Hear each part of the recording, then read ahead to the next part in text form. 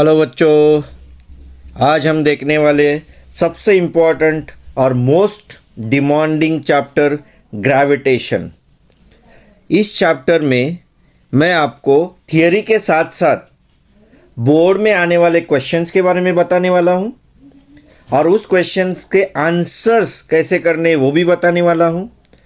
और जब भी आप आंसर लिखते हो उसमें आपके कौन से इम्पोर्टेंट साइंटिफिक वर्ड्स आने चाहिए उसके बारे में भी मैं आपको बताने वाला हूँ।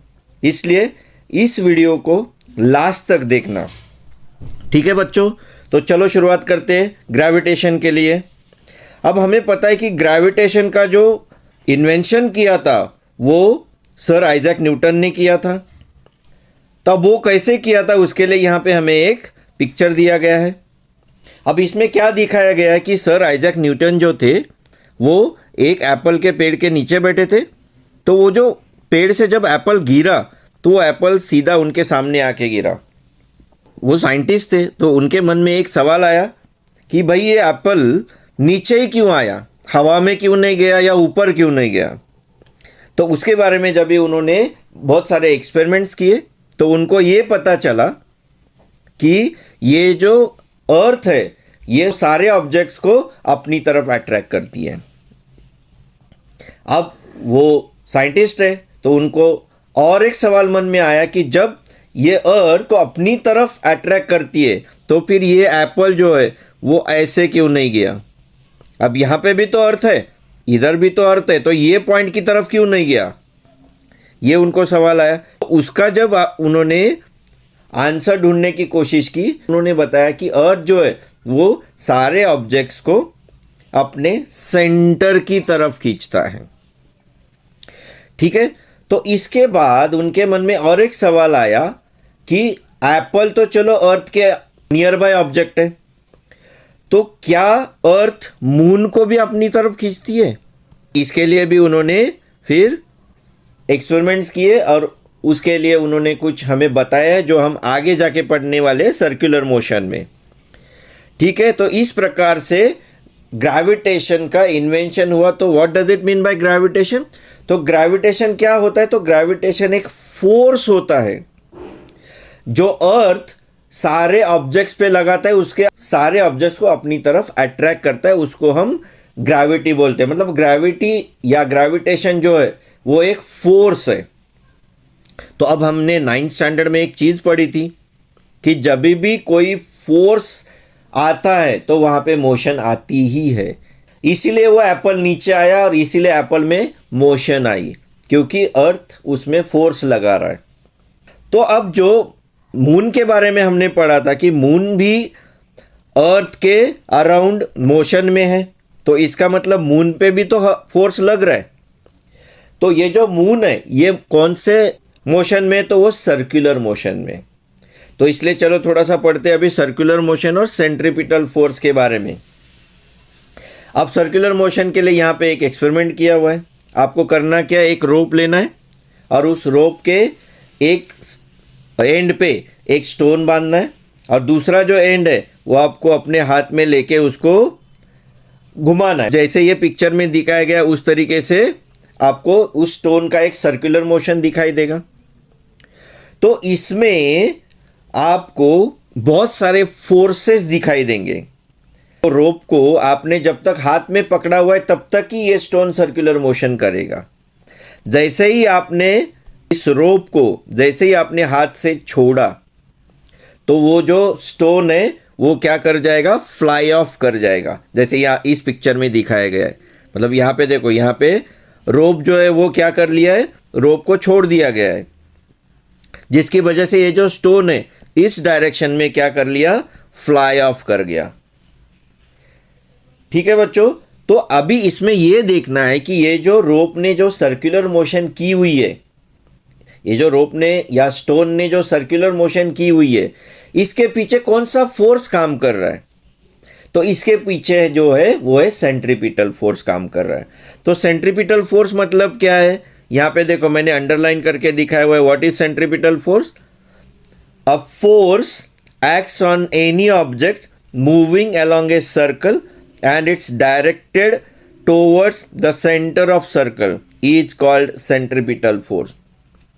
मतलब ऐसा फोर्स जो सर्कुलर मोशन के सेंटर के डायरेक्शन में जो काम करता है उसको सेंट्रीपिटल फोर्स बोला जाता है. सेंट्रीपिटल का मतलब क्या होता है? Centre seeking. देखो यहाँ पे दिखाया हुआ है सेंटर सीकिंग, सेंटर की तरफ जाने वाला फोर्स. तो यहाँ पे मोस्ट इंपॉर्टेंट चीजें क्या है जो याद रखनी है? Every circular motion requires centripetal force and the centripetal force is towards the centre of circular motion. ये दो चीजें याद रखनी है. तीसरी चीज यहाँ पे जो दिखाई गई है कि ये जो भी स्टोन फ्लाई ऑफ कर रहा है, जिस डायरेक्शन में स्टोन आपका फ्लाई ऑफ कर रहा है वो उस पॉइंट की क्या होती है? टेंजेंशियल डायरेक्शन होती है. और ये जो दिखाता है वो हमें बताता है velocity of that circular motion at that point. इस पॉइंट पे इस डायरेक्शन में वेलोसिटी काम कर रही है. तो ये हमें यहाँ पे बताया जाता है. मतलब ये 3 पॉइंट आपको याद रखने हैं, वेलोसिटी के बारे में, सेंट्रीपिटल फोर्स के बारे में और डायरेक्शन ऑफ सेंट्रीपिटल फोर्स के बारे में. फिर से मैं बताता हूँ. सेंट्रीपिटल फोर्स टोवर्ड सेंटर होता है, सर्कुलर मोशन के लिए सेंट्रीपिटल फोर्स लगता है. और तीसरी चीज उसकी जो वेलोसिटी होती है, कोई भी पॉइंट पे जो सर्कुलर मोशन की वेलोसिटी होती है वो उसको टेंजेंशियल होती है और in the direction of circular motion होती है. अगर सर्कुलर मोशन इस डायरेक्शन में तो उसी डायरेक्शन में आपको क्या मिलेगा? वेलोसिटी मिलेगी. तो ये एक 3-4 चीजें याद रखना सर्कुलर मोशन और सेंट्रीपिटल फोर्स के लिए. ठीक है बच्चों, तो आगे चलते हैं केपलर्स लॉज की तरफ, जो मोस्ट इंपॉर्टेंट है आपके बुक में. इसको आप 2, 3, 4 जितने भी स्टार डाल सकते हो डाल दो, क्योंकि ये बहुत बार पूछा जाता है. लगभग एवरी ईयर एक ना एक तो पूछा ही जाता है, इसलिए इसको 2-3 स्टार डाल के रखो. तो क्या होते हैं केपलर्स लॉ, देखते एक एक करके. ये जो प्लानिटरी मोशन है, मतलब हमें पता है कि जितने भी प्लैनेट्स है वो सारे सन के आजू बाजू क्या करते हैं? They are revolving around the sun. They are revolving around the sun, all planets. लेकिन गैलीलियो ने सबसे पहला टेलीस्कोप बनाया. उससे पहले जो प्लैनेट के मोशंस होते थे वो नेकेड आई से देखे जाते थे, क्योंकि कोई टेलीस्कोप नहीं था, कुछ नहीं था. तो जब भी गैलीलियो ने टेलीस्कोप दिया हमें, तो उसके बाद टेलीस्कोप से हमने प्लैनेटरी मोशन देखना शुरू किया. तो इस प्लैनेटरी मोशन का सबसे पहले स्टडी करने वाला जो साइंटिस्ट है वो है जोहानस केपलर, जिन्होंने हमें 3 लॉज बना के दिए जो हमें यहाँ पे देखने हैं. ठीक है, तो एक एक करके लॉज देखते हैं. मोस्ट इंपॉर्टेंट लॉज फिर से मैं बता रहा हूँ. So let us see the first law, Kepler's first law. क्या बोलता है Kepler's first law? The orbit of a planet is an ellipse with the sun at one of the foci. कुछ नहीं समझ में आया? ठीक है, चलो देखते एक एक करके. क्या बोला है उन्होंने?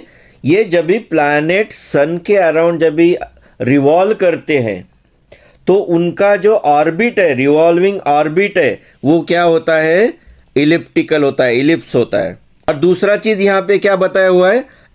The sun is one of the foci. ये फोसाई क्या होता है?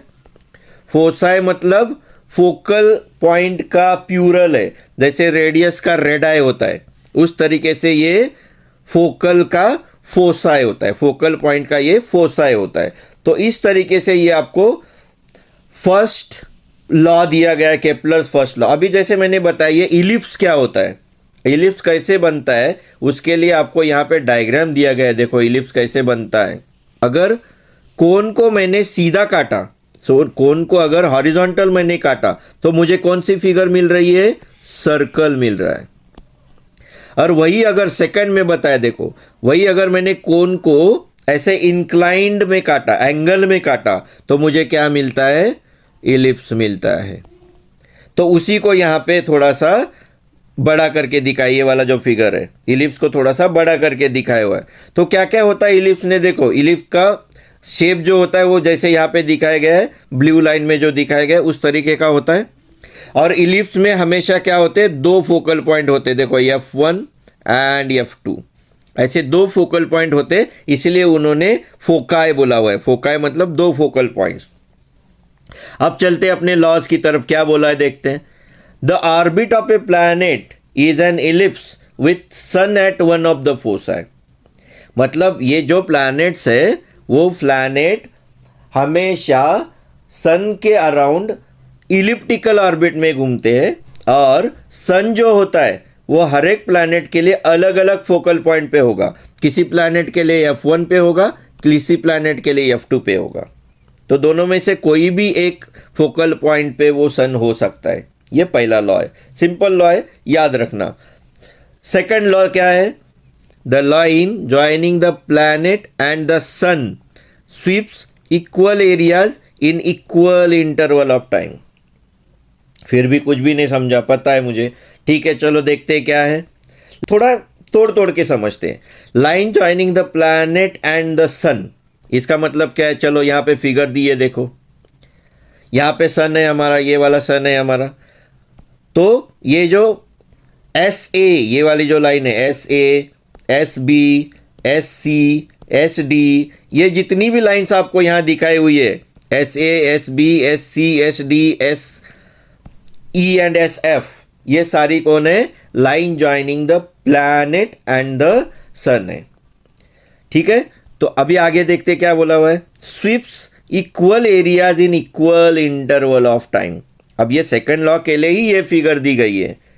मतलब अभी समझते क्या होता है यहाँ पे। अगर मान के चलो उस प्लैनेट को ए से बी तक पहुंचने के लिए 4 आवर्स लगे, ठीक है, उसको सी से डी तक पहुंचने के लिए भी 4 आवर्स लगे, और ई से एफ पहुंचने के लिए भी 4 आवर्स ही लगे। इसलिए उन्होंने इक्वल इंटरवल्स बोला हुआ है। देखो इक्वल इंटरवल्स यही है। ठीक है, अगर ऐसा है, मतलब अगर उसको इंटरवल सेम सेम लगा, तो ये जो भी एरियाज 1 2 3 जो दिखाया है, all are equal areas. If interval is equal, areas are equal.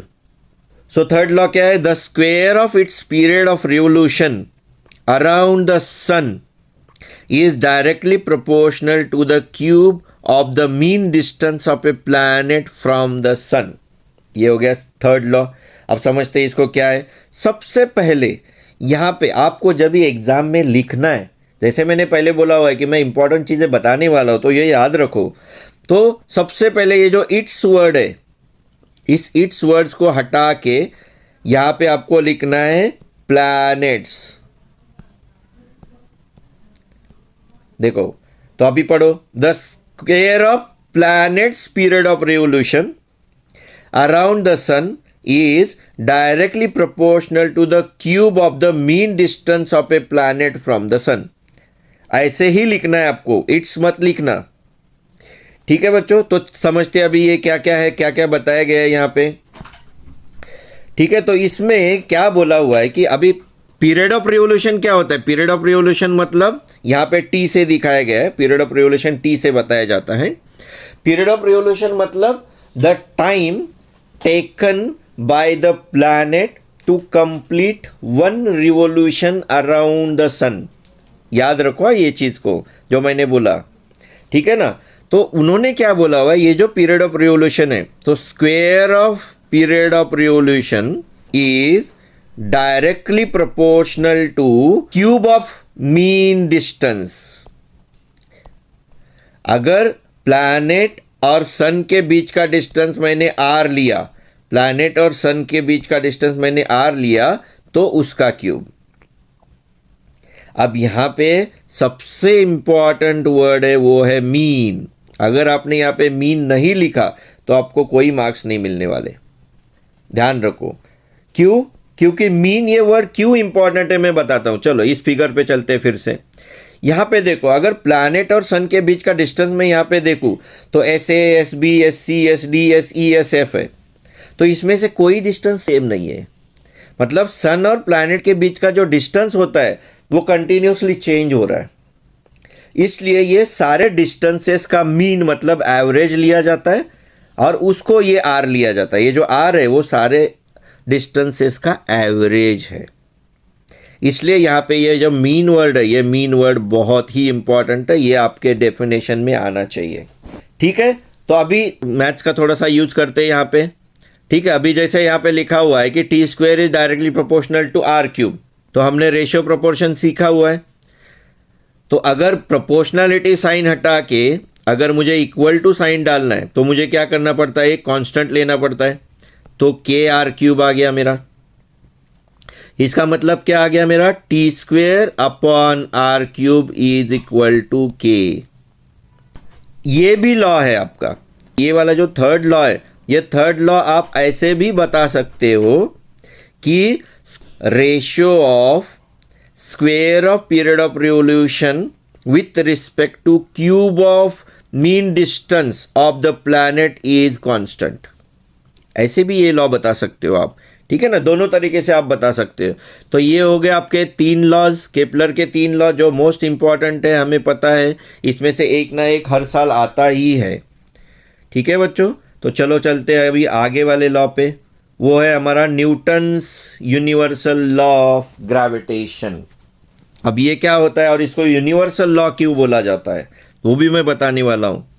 ये भी बहुत इम्पॉर्टेंट है, ये भी बहुत इम्पॉर्टेंट है, इसको भी थोड़ा सा इम्पॉर्टेंट मार करके रखना। ठीक है, तो ये लॉ क्या होता है देखते हैं। इसका पहले स्टेटमेंट देखते हैं। अब इसमें 2 कंडीशन भी है, वो भी एक एक करके देखेंगे। पहले इस लॉ का स्टेटमेंट मैं बताता हूँ आपको। अभी मान के चलो मेरे पास 2 ऑब्जेक्ट्स हैं। एक ऑब्जेक्ट का मास है m1 और दूसरे ऑब्जेक्ट का मास है m2। मतलब ये 2 ऑब्जेक्ट है, यूनिवर्स में से कोई भी 2 ऑब्जेक्ट हो सकते हैं, कोई भी 2 ऑब्जेक्ट, इसीलिए इसको यूनिवर्सल लॉ बताया हुआ है। तो ये 2 जो भी ऑब्जेक्ट है, ये 2 ऑब्जेक्ट एक दूसरे के ऊपर फोर्स लगाएंगे, एक दूसरे के ऊपर फोर्स लगाएंगे। और ये जो लॉ है, ये लॉ क्या बोलता है मुझे, the force exerted by object on each other is directly proportional to the product of masses and inversely proportional to square of distance. The force exerted by any 2 objects on each other is directly proportional to their product of masses and inversely proportional to the square of distance between them. मतलब ये 2 object के बीच का distance मैंने क्या लिया हुआ है यहाँ पे, d लिया हुआ है। तो अगर d डिस्टेंस है तो f is inversely proportional to d square. तो ये दोनों को भी अगर मैंने एक साथ जोड़ दिया, कौन सा वाला 2 था मेरा, force is directly proportional to m1 m2 and force is inversely proportional to square of distance. दोनों का अगर एक साथ लिखा तो f is proportional to m1 m2 upon d square आया। तो अभी जैसे हमने देखा था कि अगर हमें प्रोपोर्शनल का साइन हटा के इक्वल टू का डालना है तो f इज इक्वल टू क्या आया मेरा, g m1 m2 upon d square. Simple.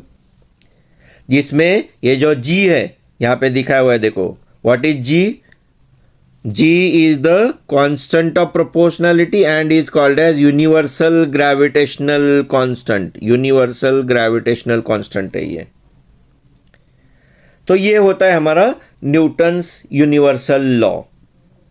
अब ये जो फोर्सेस है, ये फोर्सेस के बारे में और ये डिस्टेंस के बारे में कुछ इंपॉर्टेंट चीज़ें मैं आपको बताने वाला हूं।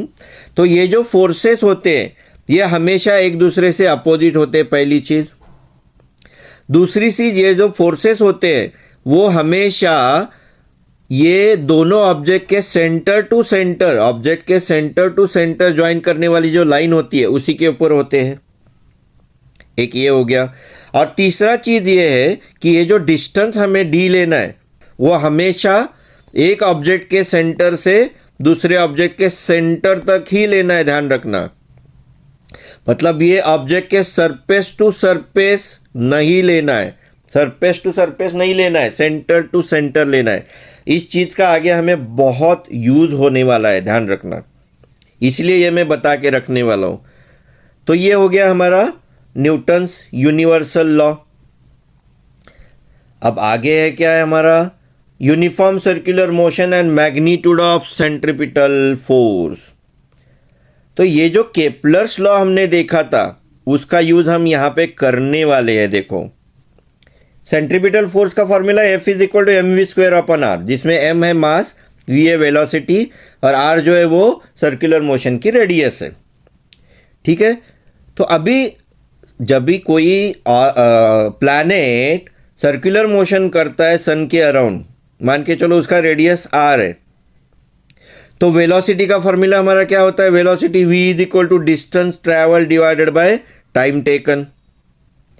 अब सर्कुलर मोशन का जो डिस्टेंस ट्रैवल होता है, मतलब मान के चलो ये मेरी सर्कुलर मोशन है, उसकी रेडियस r है, तो इसका जो डिस्टेंस ट्रैवल होगा तो वो क्या होगा? उसका सरकमफरेंस 2 पाई r होगा, इसलिए यहाँ पे डिस्टेंस ट्रैवल 2 पाई r लिया हुआ है। Time taken to complete one revolution, वो उसका पीरियड ऑफ रिवोल्यूशन होता है जो हमने t लिया हुआ है पीछे, पता ही है हमें। सो v इज इक्वल टू क्या आया मेरा? 2 पाई r अपॉन टी आया। तो ये वाली जो 2 पाई r अपॉन टी की जो वैल्यू है वो इस वाले फॉर्मूले में, मतलब F is equal to M V square upon R वाले फॉर्मूले में हमें पुट करनी है। तो F इज इक्वल टू क्या आया? देखो, मतलब m, ये जो m है वो एज इट इज लिखा और ये v की जगह पे हमने 2 पाई r अपॉन टी लिखा, 2 पाई r अपॉन टी। ठीक है, तो 2 पाई r अपॉन टी का स्क्वायर मतलब क्या आया मेरा? 4 m pi square r upon T square. अब ये कैसे आया देखते हैं थोड़ा सा, यहाँ पे मैं कैलकुलेट करके दिखाता हूँ आपको। चलो, F is equal to m into 4 pi square r square divided by T square r। देखो ये आया, मतलब यहाँ से इसके बाद का मैंने स्टेप लिखा है, इसके बाद का स्टेप यहाँ आएगा। तो इसमें देखो ये स्क्वायर के लिए ये r कैंसिल हो गया ये स्क्वायर के साथ में, तो क्या बचेगा आपके पास? ये वाला बचेगा। देखो इसके बाद का स्टेप यहाँ पे, तो ये दोनों के बीच का स्टेप मैंने आपको यहाँ पे दिखाया हुआ है।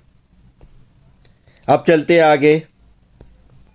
अब यहाँ पे करना क्या है? देखो इस चीज को हम ना निगलेक्ट कर जाते हैं, multiplying and dividing by R square.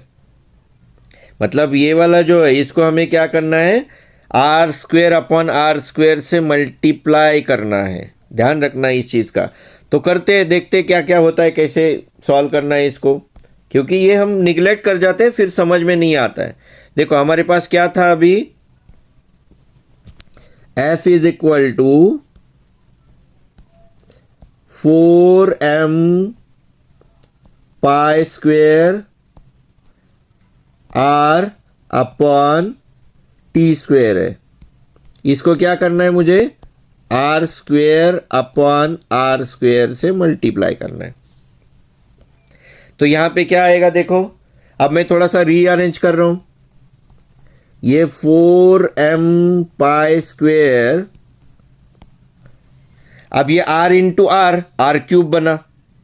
अब ये आर स्क्वेयर को थोड़ा सा इधर लेके आ रहा हूं, अपॉन आर स्क्वेयर इंटू ये आर इंटू आर स्क्वेयर जो है ये दोनों का आर क्यूब ऊपर आया और डिवाइडेड बाय बचा क्या है मेरा? T square.